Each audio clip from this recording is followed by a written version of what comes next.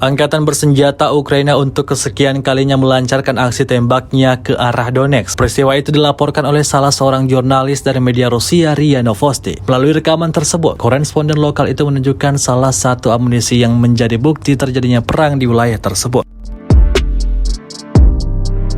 Menariknya, amunisi tersebut tidak meledak. Juga diketahui mengenai mobil warga sipil. Beruntung, peristiwa kali ini dilaporkan tidak ada korban jiwa lantaran proyektil yang ditembakkan Ukraina diklaim tidak meledak, seperti dalam rekaman yang beredar tersebut. Jurnalis itu juga mengatakan bahwa pukulan itu dilakukan di daerah pemukiman yang hanya terdapat objek sipil, khususnya banyak bangunan tempat tinggal. Meski demikian, klaim Rusia ini belum ada keterangan resmi dari Kementerian Pertahanan Ukraina bahwa pihaknya telah menyerang Donetsk.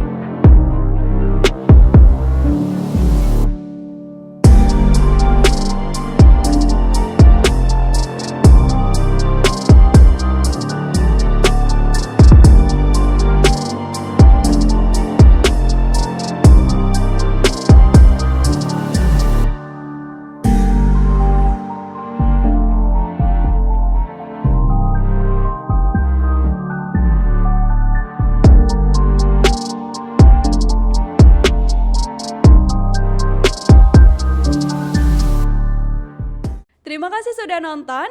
Jangan lupa like, subscribe, dan share ya.